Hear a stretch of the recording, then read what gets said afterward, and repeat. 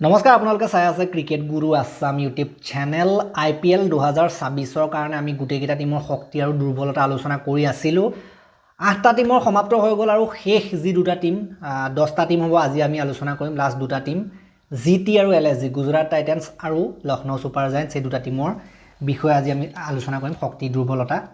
আৰু strongest playing 11 কেনেকুৱা হ'ব পাৰে তাৰ ওপৰত গতিকে প্ৰথমতে আমি গুজৰাট টাইটেন্স টিমটোৰ পৰা আৰম্ভ কৰোঁ গুজৰাট টাইটেন্সৰ কথা ক'বলৈ গ'লে হাৰ্দিক পাণ্ডিয়াৰ নেতৃত্বত এবাৰ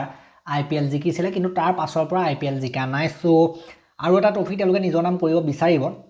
এইটো সিজনত যদি সম্ভৱ হয় ন গতিকে এই যেটো টিম এইটো টিমটো যথেষ্ট এটা ষ্টেবল টিম দেখিবলৈ পোৱা গৈছে আৰু যেটো স্কোৱাড হেতুটো আমি বেলেগকৈ আলোচনা নকৰোঁ স্কোৱাডৰ কথা যেটো প্লেইং 11 কেনেকুৱা হ'ব এটা আমি এবাৰ চাই লওঁ ষ্ট্ৰংগেষ্ট প্লেইং 11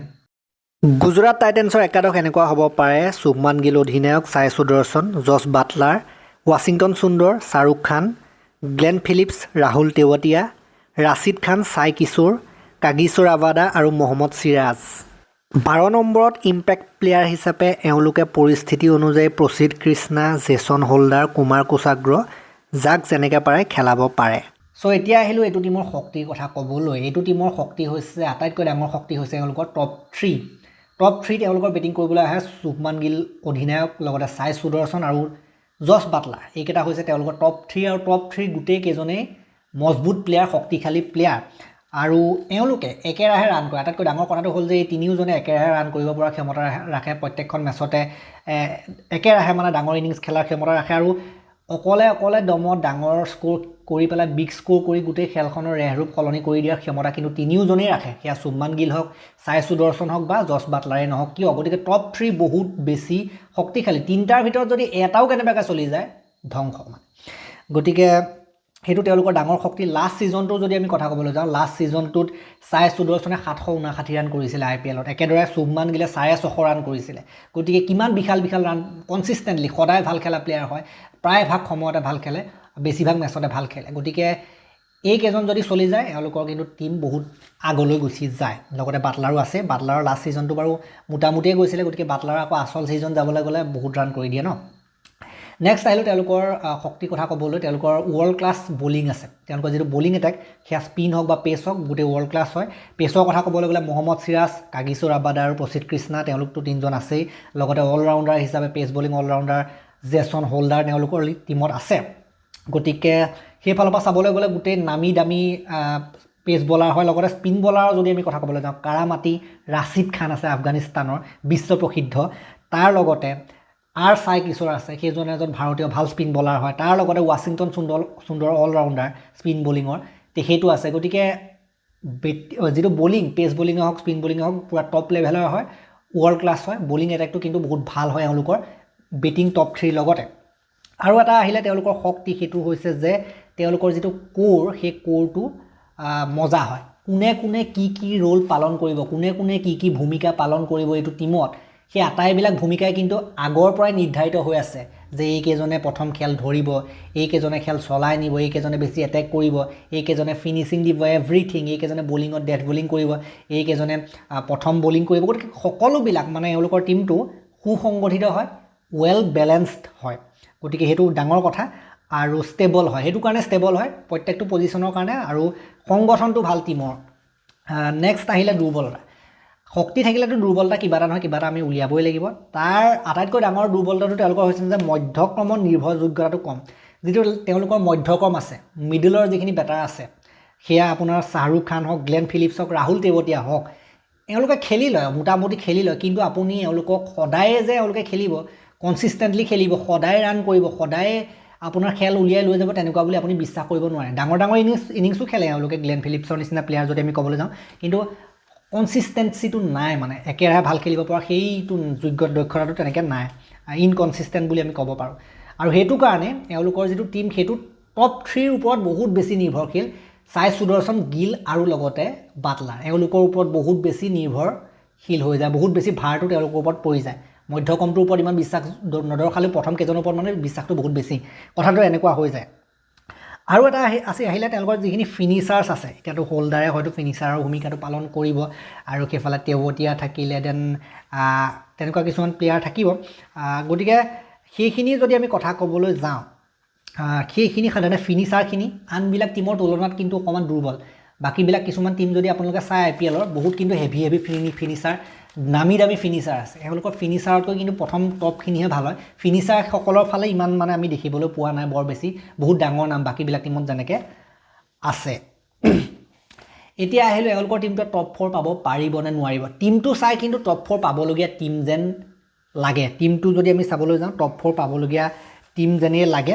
যদি সাধাৰণতে টপ অৰ্ডাৰে ভাল কৰে টপ অৰ্ডাৰটো ভাল কৰিব নিচিনা লাগিছে টপ 3 সুদৰ্শন গিল আৰু বাটলাৰ এনেকুৱা ঠিক কৰিব লাগিব নিচিনা লাগিছে বলাৰেও ভাল কৰিব কিন্তু যিটো ফিনিচিং দিয়া পাৰ্ট আৰু যিখিনি মাজৰ যিখিনি ইনকনসিষ্টেন্সি এটা আছে তেওঁলোকৰ মাজৰখিনি খহি যায় মাজত খেল ধৰিব নোৱাৰে সেই মাজৰ প্লেয়াৰখিনি অলপমান যদি ভাল কৰি দিয়ে বেটিঙত এওঁলোকৰ টীমটো আগলৈ যোৱা কিন্তু সম্ভাৱনা বহুত থাকিব গতিকে মোৰ বোধেৰে এওঁলোকে টপ 4 পাব লাগে গুজৰাট টাইটেন্সে টপ 4 পাব লাগে এইবাৰ নেক্সট আহিলোঁ LSG টিমটো এবাৰ আমি দেখিবলৈ পাইছোঁ যে লক্ষ্ণৌ ছুপাৰ জায়ান্টছ গোটেই লগোও বেলেগ কৰিছে জাৰ্চি বেলেগ কৰিছে গতিকে এটা নতুন ৰূপত আমি দেখিবলৈ পাইছোঁ ৰূপে সলনি হৈ গৈছে গোটেই টিমটোৰ গতিকে এই টিমটোৰ শক্তিশালী প্লেয়িং 11 কেনেকুৱা হ'ব আমি এবাৰ চাই লোৱা হওক লক্ষ্ণৌ ছুপাৰ জায়ান্টছৰ একাদশ এনেকুৱা হ'ব পাৰে মিচেল মাৰ্চ আৰু এইডেন মাৰ্ক্ৰাম তেওঁলোকে অপেনিং কৰিব নিকোলাছ পুৰাণ ঋষভ পন্ট আয়ুষ বাদনী আব্দুল সমদ ৱানিন্দু হাছাৰাংগা মহম্মদ ছামি ময়ংক য়াদৱ আভেশ খান আৰু দিগ্বেশ ৰাঠি এইটোৱে শক্তিশালী প্লেয়িং 11 দেখিবলৈ পোৱা গৈছে এওঁলোকৰ ইম্পেক্ট হিচাপে 12 নম্বৰত এওঁলোকে এনৰিছ নৰখিয়া শ্বাহবাজ আহমেদ অৰ্চিন কুলকৰ্ণী যাক যেনেকৈ পাৰে পৰিস্থিতি অনুযায়ী খেলাব পাৰে LSG টিমটোৰ যদি আমি শক্তিৰ কথা ক'বলৈ যাওঁ এওঁলোকৰ শক্তি হৈছে এওঁলোকৰ বিস্ফোৰক বেটিং এওঁলোকৰ বহুত বিস্ফোৰক বেটিং কৰিব পৰা প্লেয়াৰ আছে ঋষভ পন্ট মিচেল মাৰ্চ হওক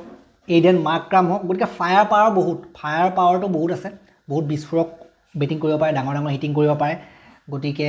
মেটচ উইনাৰো বহুত আছে এটা মেটচ উইনাৰ এওঁলোকৰ টীমত আছে আৰু একেদৰে এওঁলোকৰ যিটো পেচ এটেক হয় পেচ এটেকটো শক্তিশালী হয় তাত মহম্মদ ছামি থাকিব তাত আভেশ খান থাকিব তাত ময়ংক য়াদৱ থাকিব তাত এনৰিছ নৰখিয়া থাকিব গতিকে এটা শক্তিশালী বলিং এটেক বুলিয়ে ক'ব লাগিব কেতিয়াবা মাৰ খাই যায় এইটো বেলেগ কথা কেতিয়াবা বহুত পিটন খায় কিন্তু তথাপিতো যিটো পেচ এটেক ঠিকেই দেখিছোঁ মোটামুটি অ'কে আছে ভালেই আছে পেচ এটেক কাম কৰিব লাগে এইটো পেচ এটেকে আৰু ফিনিচাৰসকলে এওঁলোকৰ ভাল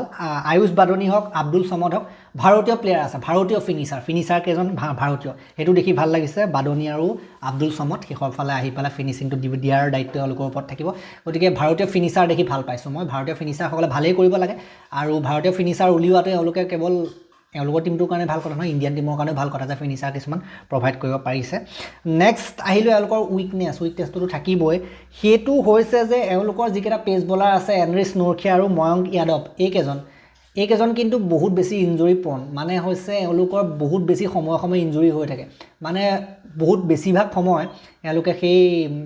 আঘাতৰ সাধাৰণতে চিকিৎসা কৰি থাকোঁতেই যায় ফিটনেছটোৰ ক্ষেত্ৰতে গুচি যায় মানে